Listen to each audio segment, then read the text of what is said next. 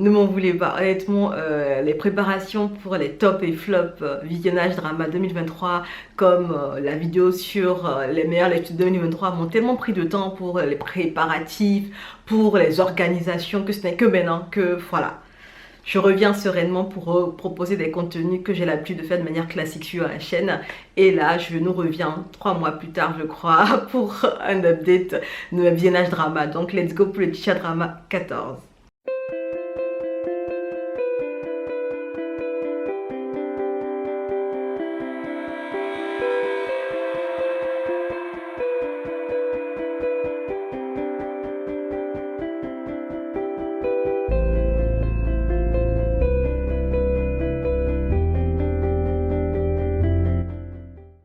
Hello, moi c'est Diane et bienvenue sur cette chaîne où j'aime parler de drama asiatique, de livres et de trucs que je trouve fun en général. On est de retour dans cette vidéo pour un Chicha Drama 14. Les Chicha Drama, c'est des vidéos où je vous fais un peu un état des lieux de mes avancements visionnage, ce que je suis en train de voir, ce que j'ai fini, ce que j'espère voir. En fait, je vous parle de tout ça de manière assez chill et décontractée dans la vidéo. J'essaie de faire des formats pas trop longs, mais à chaque fois, vu que je rattrape des mois de retard, les vidéos parfois se retrouvent un peu longues. Mais celle-ci, j'espère que ça va bien se passer, que ce sera pas trop long. Donc on va essayer de cutter comme on peut, mais bon, voilà. Let's go pour la vidéo Chicha Drama 14. Et je suis de retour sur mon téléphone. Et en ce qui concerne les dramas que je suis actuellement, il y en a 4. Il y a The Sign qui est un drama thaïlandais, c'est un vieil thaïlandais de 12 épisodes d'une heure environ. Je suis à l'épisode 9. Et actuellement, je suis à l'épisode 9 en pause parce que j'attendais que la chaîne YouTube Idol Factory qui partageait la série sur YouTube poste le dernier épisode pour regarder les 3 derniers épisodes d'une traite. Donc voilà, j'en suis à ce niveau-là. Alors, j'aime toujours autant The Sign, mais on va dire qu'ils ne sont pas très doués pour te donner plein de pépites dans les yeux pour le côté enquête policière, parce que du coup on suit des jeunes qui ont été formés pendant des mois pour pouvoir intégrer une brigade, une équipe policière pour résoudre des crimes vraiment très violents. Et on aura une romance BL entre des personnages de cette équipe là, et derrière en fond aussi il y a, comment dire, il y a eu comme un bail de réincarnation et il y a des créatures mythiques qui ont l'air d'avoir été réincarnées sous des formes humaines et qui ont des visions bizarres. Donc il y a tout ça qui est mélangé et honnêtement c'est vraiment beau à voir. On adore l'histoire comme elle avance, mais on va dire de vous à moi que les enquêtes criminelles c'est pas vraiment le fort du screenwriter parce que vraiment c'est pas, les déductions ne sont pas très waouh quoi. Bref, mais la romance elle est cute et en fait, le mythe derrière cette histoire fantastique est vraiment prenant, donc j'aime toujours autant. Je suis également Cherry Magic. C'est une réadaptation de la version japonaise de Cherry Magic. Et du coup, les Thaïlandais vont essayer de faire ça à leur sauce. On est sur un drama de 12 épisodes de 45 minutes. Et honnêtement, quand j'ai vu que les Thaïlandais réadaptaient Cherry Magic, j'étais là en mode, je l'ai déjà vu, je vois pas l'intérêt de le revoir. Mais par curiosité, je me suis dit je vais juste regarder l'épisode 1. Et honnêtement, j'ai été agréablement surprise parce que je ne m'attendais pas à ce qu'ils la prennent à leur sauce et qu'ils la rendent différente, mais en même temps pareil avec Cherry Magic. Donc en vrai, c'est comme l'histoire de Cherry Magic version japonaise, mais à la sauce thaïlandaise et ça a été très bien repris. Donc honnêtement, je vous le recommande si vous ne l'avez pas encore vu.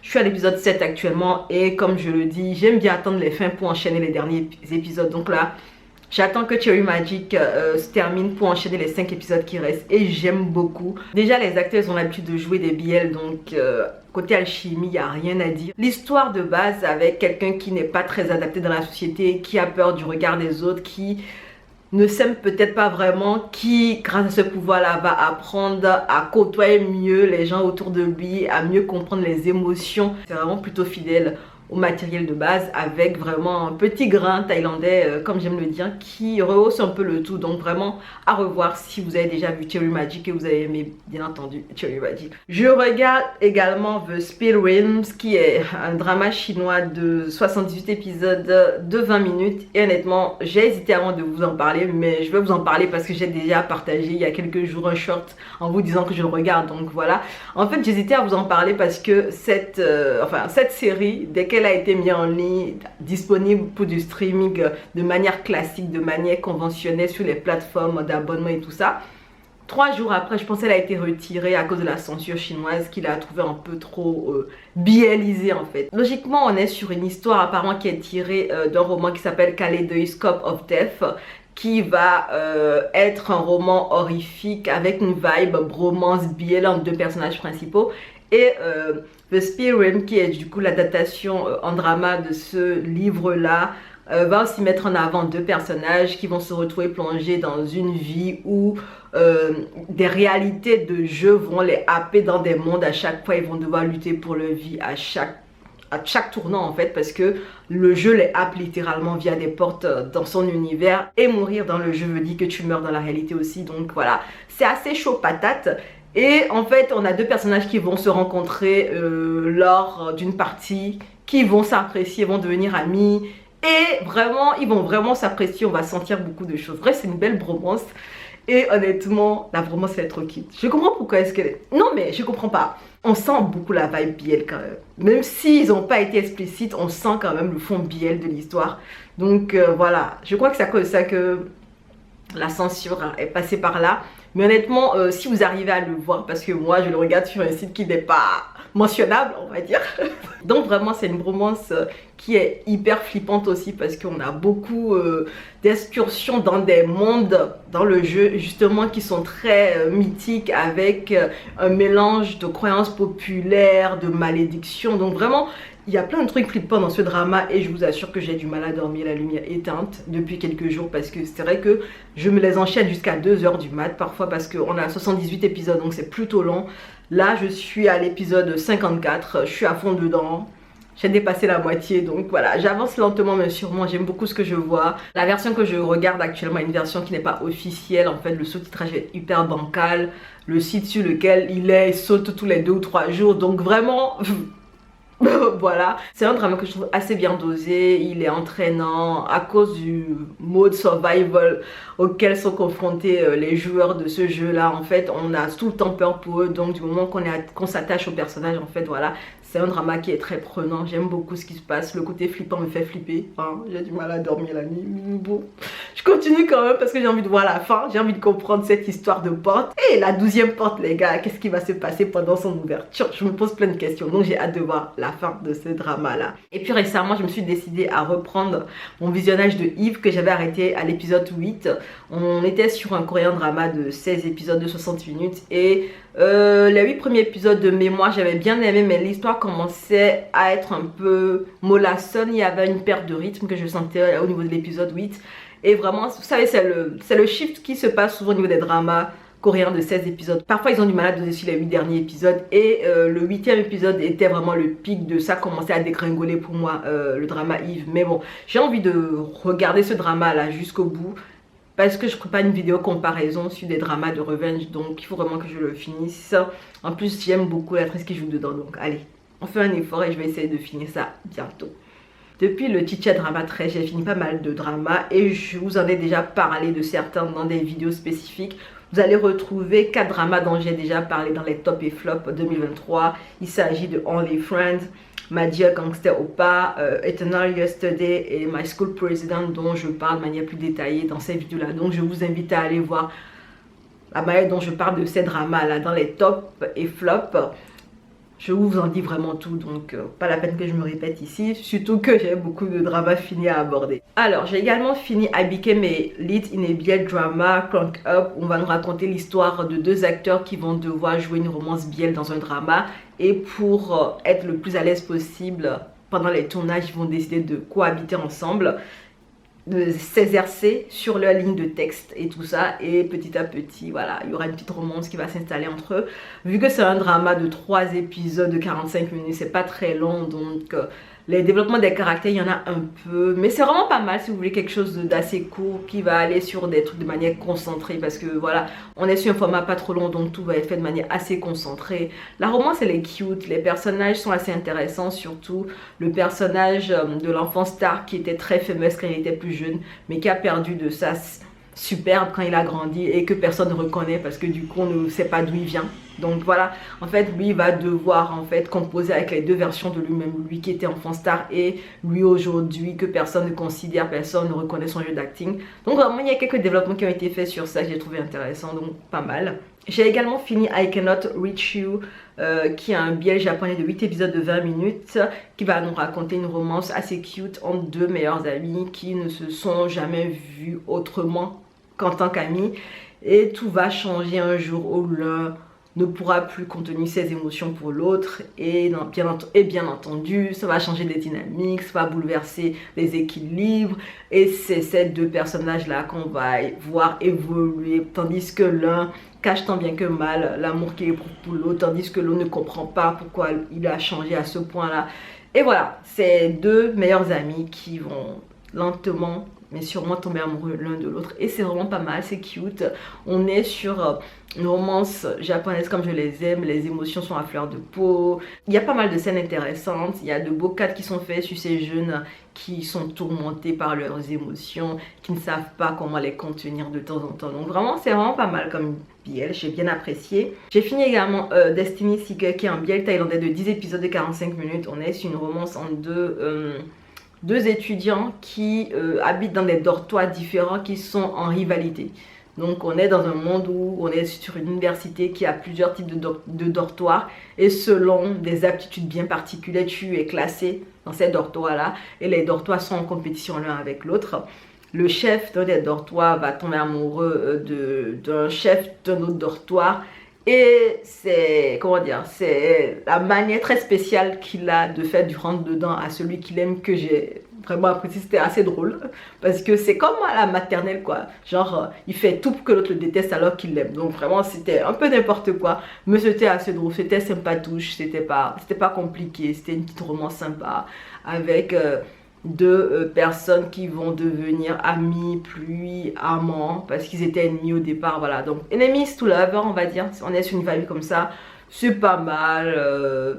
C'est pas le drama le plus intéressant que j'ai vu récemment mais il fait vraiment le job et la romance elle est simplette, elle est pas compliquée, on aime bien la dynamique des deux chefs de dortoir qui à des moments donnés vont devoir faire semblant de se détester. Ça m'a rappelé beaucoup même qu'est-ce que ça m'a rappelé? Il y a un drama que ça m'a rappelé, j'ai oublié. Ça m'a rappelé un autre drama thaïlandais quand même. Mais si je me rappelle, je vais vous glisser le nom du drama thaïlandais là. C'était un très bon drama aussi parce qu'il commençait Enemies to Lover. Eux, ils avaient une variante Roméo et Juliette en plus. Bref, des familles qui se détestent. Donc c'est pas mal. J'ai également fini le drama Skip a Beat qui est un drama chinois de 20 épisodes de 35 minutes. On est sur une histoire un peu particulière parce que vraiment j'ai détesté fort le personnage principal masculin. Il était horrible ce mec. C'est un chef d'une grosse entreprise, un PDG de je ne sais quoi, qui sort secrètement avec sa secrétaire. Ils sont en couple depuis des années, mais il la traite vraiment hyper mal. Il n'hésite pas à l'humilier en public parfois. Il la traite vraiment je sais pas, comme une merde en fait. Il la traite comme une merde. Et bon, la fille, elle supporte tout, elle accepte tout parce qu'elle est amoureuse, croit-on. Mais elle-même, elle est dans cette relation-là pour une raison X. Donc c'est leur romance bizarre qu'on va nous montrer sur les 20 épisodes. On va nous parler de leur passif, comment ils ont fait pour se mettre ensemble et pourquoi la fille elle accepte tout malgré le fait que le mec la traite hyper mal en fait. Donc c'est une romance pas mal. Bon, c'est pas ma meilleure romance récente on va dire aussi. Donc voilà, ça se laisse regarder. C'est un drama chinois contemporain que j'ai pu finir en 2024. Donc voilà, je démarre plutôt bien l'année on va dire sur ce drama là, pas mal. Alors j'ai également fini le drama thaïlandais Twins qui fait 12 épisodes de 49 minutes et on est sur une histoire de base que je trouvais trop intéressante parce qu'on va nous parler de deux jumeaux qui se ressemblent goutte pour goutte limite, qui font des activités sportives différentes mais l'un va avoir un accident et l'autre va essayer de remplacer son frère jumeau dans son activité sportive que lui ne maîtrise pas du tout. Donc on a un des jumeaux qui est adepte de taekwondo ou jujutsu je crois, qui va devoir jouer du handball à la place de son père qui fait des compétitions lui. Donc vraiment c'était le foutoir, il fallait qu'il se démène pour apprendre le jeu, qu'il soit aussi brillant que son frère et il va rencontrer des coéquipiers qui ne l'apprécient pas parce que son frère était asocial dans l'équipe et qu'il était vraiment un peu détesté de tous. Donc on va voir ce frère jumeau là regagner la confiance de l'équipe, tomber amoureux d'une personne que son frère n'aimait pas particulièrement, et puis voilà quoi, on est sur ce genre de drama. C'est un drama qui va bien mélanger romance et puis côté sportif parce que ça va parler beaucoup d'entraînement. On aura beaucoup des scènes du frère jumeau qui essaie de rattraper le niveau en fait des autres membres de son équipe et de comment il arrive à jongler ses entraînements à lui et ses entraînements pour le handball. Donc c'était pas mal. J'ai fini également Pit Babe qui est un drama de 13 épisodes de 50 minutes. C'est un biel thaïlandais qui va parler du monde du sport automobile. Je pense déjà dans le Chicha Drama 13 ce que je disais que j'avais envie de le voir. Donc là j'ai vu Pit Babe. Et vraiment, c'est tellement rare de voir un drama qui va se concentrer sur le milieu du sport automobile que moi, j'étais là pour ça. On va nous parler de compétition. On a quelqu'un qui est passionné par la voiture, par les courses automobiles, qui est vraiment doué dedans, qui a des sens supra-développés, qui les utilise à son avantage, qui est un gros coureur et qui a vraiment... qui est un peu en chaleur tout le temps. Donc, on va assister à sa romance avec un jeune naïf qui semble amoureux de lui et qui semble vouloir lui vouer une admiration sans borne. Globalement, on va dire que c'est pas mal parce que finalement, bon, j'ai regardé jusqu'au bout, mais il faut dire que les premiers épisodes étaient plus intéressants que les derniers épisodes. Ça a perdu en qualité vers la fin, surtout parce qu'ils ont fait des cuts bizarres dans les scénarios de l'histoire. Genre, un mec est censé être mort, on le revoit le lendemain, personne n'a l'air choqué. Enfin, je me suis dit, mais à quel moment vous arrêtez de vous foutre de nous, les gars? Montrez au moins une réaction bizarre des gens qui pensaient qu'il était mort, hein? C'est le minimum. Personnellement, moi j'ai beaucoup aimé la romance entre les deux personnages principaux parce que Charlie et Pit Babe, ils étaient trop mignons ensemble, ils avaient une belle alchimie. Parce que je vois que beaucoup sur internet ne sont pas d'accord. En fait, c'est hyper partagé sur la communauté actuellement par rapport à l'alchimie du couple principal de Pit Babe. Beaucoup disent qu'ils sont nuls à chier ensemble, mais moi j'ai adoré le couple, j'ai trouvé qu'ils étaient beaux ensemble, qu'ils avaient une belle alchimie. Honnêtement, j'ai bien aimé leur jeu d'acteur. Vraiment, l'acteur qui joue Charlie est jeune, mais je trouve qu'il a su donner ce qu'il avait à donner, il a su donner ce qu'il pouvait en fait pour ce rôle-là. Donc honnêtement, moi j'ai bien aimé la romance bielle. Mon problème, ce n'est pas la romance bielle, c'est pas l'histoire d'amour, c'est plus le traitement sur... C'est plus le traitement sur la partie un peu mystérieuse parce qu'il y a une enquête qui va être menée par beaucoup des coureurs automobiles parce qu'il y a un maniaque qui essaie de contrôler plein de choses dans l'ombre et qui fait du mal à pas mal de personnes. Il est versé dans le trafic d'enfants aussi par extension. Donc tout un groupe de personnes vont se réunir pour essayer de l'abattre, de le mettre à terre parce qu'il y en a marre de tout ce qu'il fait comme connerie. Et c'est dans la manière de trouver les indices pour mettre le mania la plus bas que terre que j'ai trouvé que c'était assez léger, qu'ils n'avaient pas vraiment réfléchi plus que ça. Ils avaient fait des pirouettes un peu, voilà. Voilà quoi. Bref, ça aurait pu être mieux s'ils avaient mieux dosé cette partie-là. Mais pas mal, Pit Babe, parce que c'est assez rare quand même, un biel sur les sports automobiles. J'ai fini de regarder également The Follower, qui est un drama japonais de 10 épisodes de 23 minutes. On est sur un drama qui est assez spécial. Hein. C'est un vieux drama, je suis tombée dessus par hasard, je me suis dit je vais le regarder. Il est de 2019 et c'est un drama qui va se concentrer sur un groupe de jeunes qui ils ont une page internet, ils ont une page très fameuse sur un réseau social et sur cette page-là, ils reçoivent des demandes de personnes lambda qu'ils vont essayer de traiter. C'est-à-dire que des gens vont leur écrire sur cette page-là, ils vont récupérer leur cas, vont creuser le cas dans tous les angles et vont apporter une solution au problème que pose cette personne-là. Donc c'est plutôt intéressant parce que du coup l'histoire est divisée en plusieurs épisodes où chaque épisode va nous raconter l'histoire de quelqu'un qui a soumis un problème et ces 4 jeunes hommes là qui vont essayer de résoudre le problème de toutes les manières possibles. Chacun a son domaine d'expertise, donc voilà, on ne s'ennuie pas quand on les suit aider à démêler le vrai du faux de l'histoire de la personne qui a posté sur la chaîne. Et voilà, c'est plutôt pas mal, c'est assez intéressant. Il y a une intrigue de fond qui est dans l'histoire parce que du coup ils ont lancé cette chaîne-là pour une raison bien spécifique et au fur et à mesure qu'ils apportent des réponses, qu'ils aident des internautes, ils vont aussi essayer de démêler le vrai du faux de leur histoire. Et on va aussi avoir un peu leur origin story finalement. Donc vraiment c'est pas mal. Si vous aimez les histoires où en fait on a des gens qui apportent des solutions de manière un peu tordue, si vous aimez les fins satisfaisantes, les gens qui ont fait des crasses, qui se font rattraper par karma as des personnes qui ont voulu jouer le karma. Bref, vous allez aimer ce drama-là. J'ai également fini de regarder le drama chinois Indulgence. Il fait 27 épisodes de 10 minutes et on va suivre une histoire entre deux frères. C'est deux frères. En fait, la fille a été adoptée dans une famille et son frère va commencer, vu que c'est en cours, il aime bien les belles femmes. La fille qui a été adoptée dans sa famille, elle est belle. Donc, à un moment donné, leurs interactions ont fait tellement d'effet sur lui qui va essayer de faire du rentre-dedans à sa soeur adoptive. Vraiment, c'est hyper foutu comme début de scénario. Mais bon, voilà, l'histoire commence comme ça et petit à petit, ce qu'on va suivre, c'est deux personnages qui ne peuvent pas être ensemble, qui vont résister autant qu'ils peuvent. Et aussi l'enquête de fond qu'ils vont mener parce que la jeune fille a été adoptée dans la famille pour une raison et elle veut comprendre les personnes derrière l'accident qui a causé la mort de ses parents. Donc voilà, on a une petite intrigue de fond comme ça, on a une romance avec des personnages torturés qui ne peuvent pas être ensemble. En même temps c'est normal, hein, vous êtes frères, comment vous voulez être ensemble? Bref, ce sont des frères adoptifs. En fait ce qui m'aurait grave dérangé c'est s'ils avaient grandi ensemble. Mais non, en fait on a ramené la fille quand ils étaient déjà tous deux grands. Et c'est quand on l'a ramené qu'il a commencé à être amoureux en même temps. Donc je me dis au moins il l'a pas vu comme une soeur pendant des années avant de dire qu'il est amoureux d'elle. Parce que vraiment ce serait hyper étrange. Mais bon. Voilà. Bon. J'ai regardé beaucoup de petits dramas comme ça chinois parce que voilà, je trouve que c'est des dramas qui vont te concentrer tout très rapidement. L'histoire avance rapidement. C'est tellement court que les chances que la perte de rythme s'installe sont hyper rares. Donc j'ai beaucoup regardé des dramas courts comme ça pendant le mois de janvier. Donc voilà, Indulgence en fait partie. J'ai également fini Love for Love's Sake qui est un BL coréen de 8 épisodes de 35 minutes. Et honnêtement, j'ai reçu une claque avec ce BL parce que je ne m'attendais pas à ce qu'il développe l'histoire de cette manière-là. Vraiment.